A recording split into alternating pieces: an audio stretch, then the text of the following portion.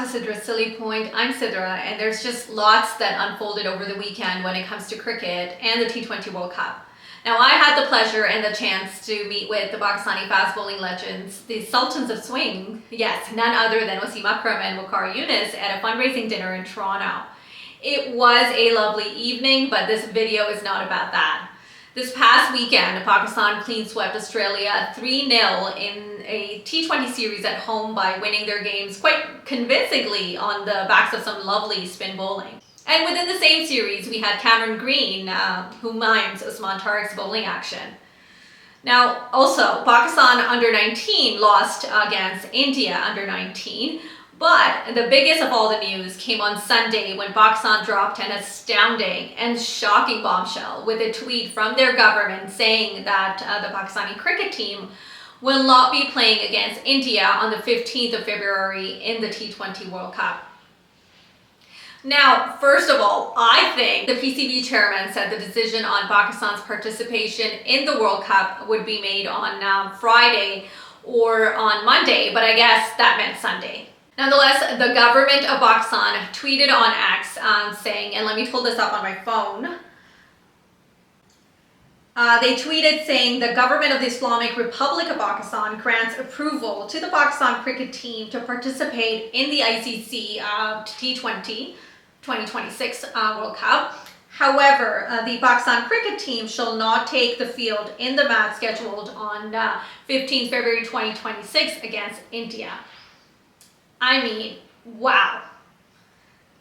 Now, nothing was said officially by the PCB or the PCB chairman on their respective social media pages after the fact. However, on the same day, so that would mean Sunday, in record time, within 3 hours, there was a statement released by the ICC on this matter.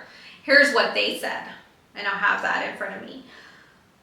So at first, it says that the ICC notes that the statement that the government of Pakistan has made regarding this decision to instruct its national team to selectively participate in the men's T20 World Cup 2026. And then acknowledges that it's awaiting official communication from the PCB on this matter.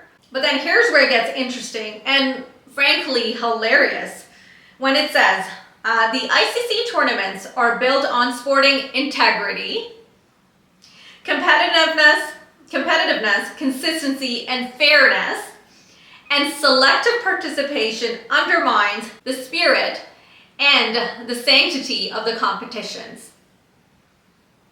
Now, I don't know if I should roll my eyes, laugh hysterically, or just give this a moment of silence.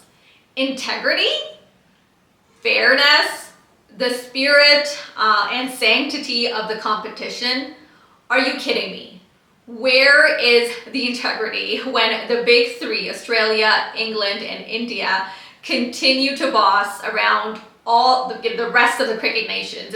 Where was integrity when for the last, almost 2 decades, a security excuse has been used by the Indian government and the BCCI to not allow India to travel to Pakistan? Where was their integrity and call to fairness when they did not accept Bangladesh, citing the same security reason and refusing to travel to India, even though the BCCI asked Kolkata Knight Riders to release Bangladeshi bowler Mustafizur Rahman due to security concerns and threats in India? Now, where was the spirit of competition when the Indian captain Surya Kumar Yadav refused to shake hands with the Pakistani captain and team, and then went ahead dedicating the win to the Indian Armed Forces in the post-match conference during the Asia Cup? I mean, he was out of whack the whole tournament, from everything that came out of his mouth to how he performed with the bat on the field. Where was the sanctity of competition when India refused to send officials, commentators, and umpires to Pakistan for the Champions Trophy, when they removed Pakistan, who were the hosts, from their logo, their jerseys, and also from the logo during live broadcasts of the game during the Champions Trophy? Where was the spirit and sanctity of the competition when Surya Kumar Yadav and the Indian team refused to collect the Asia Cup trophy from the ACC president, who happens to be the PCB chairman? Now, if ICC If the ICC had even an ounce of integrity or self-respect, they would have noticed Surya Kumar's behavior as unacceptable and reprimanded it in some shape or form.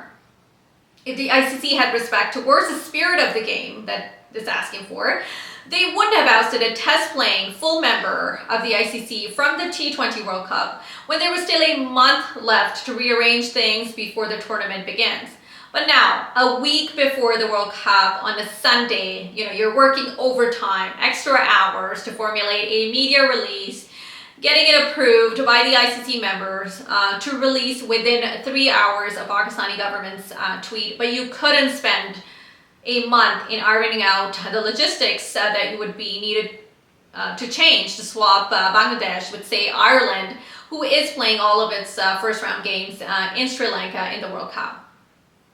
You have a problem with a tweet coming from the government of Pakistan, but you had no problem when the Indian Prime Minister tweeted #Operation Sindoor on the game's field, comparing the cricket match to a military conflict when India won the Asia Cup final against Pakistan. Now I get it, that's his nation, his Twitter account, so he can say whatever he wants, but the PCB didn't even get to compile a tweet or a statement or anything to give to the ICC, but here we already have the ICC having a knee-jerk reaction, a panic media release filled with some threatening statements as well. Let me pull those ones up.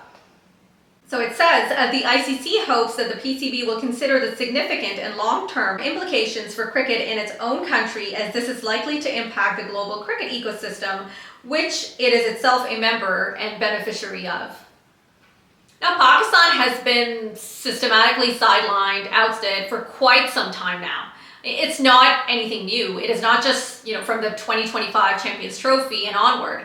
They've been sidelined for a long time. And honestly, what is the big deal if they forfeit a match that makes the BCCI look like a teacher's pet? And it brings more shame to the ICC anyway. We heard Indian sports journalist Sharda Ogra say the ICC is basically the Dubai office of the BCCI, and also highlighted the BCCI's ego as being responsible for the crisis in the T20 World Cup. Now, shouldn't that tell you something? How much more clear can this be? Yes, this match is a golden goose of the tournament, we all know, or for any cricket tournament. And the golden eggs that it lays benefits Pakistan, benefits other countries like Bangladesh, West Indies, and of course the big three, Australia, England, and India, and other associate nations as well. But there have just been too many occasions of double standards, of chest-thumping, performative patriotism, of blatant arrogance, of bigotry, and favoritism that needs to be stood up against. Why is it a problem when other countries cite their governments and or politics to drive the decisions in cricket, when it has been done so for a long time? India has done so for almost 20 years, first by refusing to play bilateral series with Pakistan, and then continuously citing the space of security reasons when everyone and their grandmother has toured Pakistan to play. Australia has also done it, where they refused to play test matches with Afghanistan a few years ago, and doesn't play bilateral series due to its political beliefs. So, and wasn't there a huge uproar before the Asia Cup in the Indian media asking for the Indian team not to play against Pakistan? Indian journalists and former players were all up on social media and going on TV saying that they don't need Pakistan and this, that, the other. But then the Indian government still allowed the team to participate because, of course, that's our golden goose. It's the highest revenue generating match of any tournament. And then, just like a typical Bollywood movie, the Indian government, with the help of the Indian captain and the team, created drama on and off the field to provide some relief to their nation, and basically fooling them at the cost of sporting integrity and the spirit and sanctity of the game. All the while saying Pakistan and India isn't even a rivalry anymore. That's what the Indian captain said, and I agree. Indian cricket and their players are far ahead, but if Pakistan versus India matches aren't really a rivalry anymore, then why is the whole world flipping out that Pakistan's forfeiting the match? If anything, this doesn't really hurt the BCCI or the Indian team in any manner. All they have to do is travel to Colombo. So go to Colombo and arrive at the ground and wait for the match referee to call, and they'll get their 2 points. If anything, this time around, on the backs of their spin bowling attack, Pakistan has a better chance at troubling the Indian team, but it isn't about that right now, is it? So to say that Pakistan just avoided a humiliating loss against India, or, question what would they do if they made it to the next round and have to potentially face India again at some point in the tournament, are just frankly missing the point. These matches are going to receive huge amounts of eyeballs and generate huge amounts of revenues, especially during sensitive times like these when the political tensions in the region are at an all-time high. And of course, the ICC knows that. Or else why, even before we have a reason as to why the Pakistani government has decided this, has it caused such havoc in the ICC? I mean, the government of Pakistan has yet to say anything official since the tweet. Whether this was in solidarity with Bangladesh, or a result of terror attacks within the country, or it is to stand up against the continuous injustice from the BCCI and the ICC, or to simply take advantage of the hot political situation at the moment. We don't know as of yet. And what's sad is when the Bangladeshi government did provide a reason for not playing in India, and they did offer a solution, which was if they can play in Sri Lanka, none of it was heard by the ICC, and they were simply thrown out of the tournament.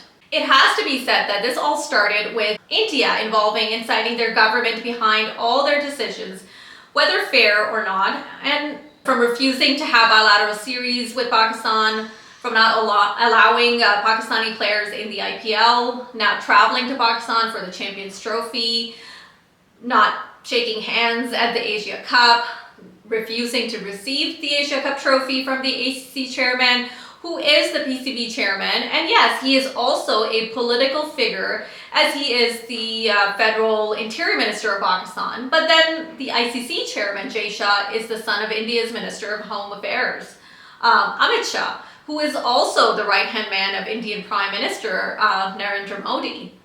Despite this, I didn't see Sana Mir refusing to take the ICC Hall of Fame award from Jay Shah last year over the summer. Now, that's what legends do, who practice integrity and fairness and respect the spirit and sanctity of the game. They do not refuse to shake hands or show cold shoulders or display Bollywood-style performative patriotism. Even though, if I recall correctly, Sana Mir was heavily trolled simply for mentioning that, player, Natalia Pervez is from Azad Kashmir. And this was during the commentary in the Women's World Cup. Now, if this isn't resolved over the next few days, the ICC cannot do anything legally to force the PCB to play, and that's reflected in their statement as well. It had some threats, but there was a little bit of pleading too. And, when you read it, you'll see what I mean. It said, while the ICC respects the roles of governments in matters of national policy, this decision is not in the interest of the global game or the welfare of fans worldwide, including millions in Pakistan. And then near the end, it does say that it expects the PCB to explore a mutually acceptable resolution which protects the interests of all stakeholders. Nevertheless, as Harsha Bhogle tweeted, the ICC can threaten Pakistan with sanctions and penalties, but then the PCB can also argue that selective boycotts have occurred. They have been allowed in the past with no real debilitating penalties. We had Australia and West Indies, refuse to travel to Sri Lanka during the World Cup matches in 1996. We had England refuse to travel to Zimbabwe and New Zealand to Kenya, I think in early 2000. So, and this was all due to their government's decisions. The ICC hasn't released the playing conditions for this year's tournament. So that's something they can be cheeky about, to penalize the PCB for this decision. At the end, the loss of ICC's revenue due to Pakistan's forfeiture would impact all cricketing nations. And of course, those with limited revenue will suffer a bigger dent than countries like the big three, India, Australia, and England, who have other sources that generate revenue for them. But I think the point needed to be made, even if this was very Pakistan of Pakistan, 1 minute down, next minute up. But to challenge the bigotry and the double standards is something astonishing to watch. And I think once all the emotions are settled, for the sake of cricket, although everyone knows that ship sailed a long time ago, but as an optimist, I can only hope that this breaking news doesn't just create sensationalism across the world, but instead it forces the ICC to rethink its philosophy, its practice and mannerism to do better. Really do better, to think holistically, to not succumb to pressures of one country over another, to treat all the cricketing bodies fairly, to drive positive results for all the cricketing nations, and actually withhold sporting integrity, fairness, and the spirit and sanctity of the game. That's all for now. I shall see you in my next video. Until then, take care.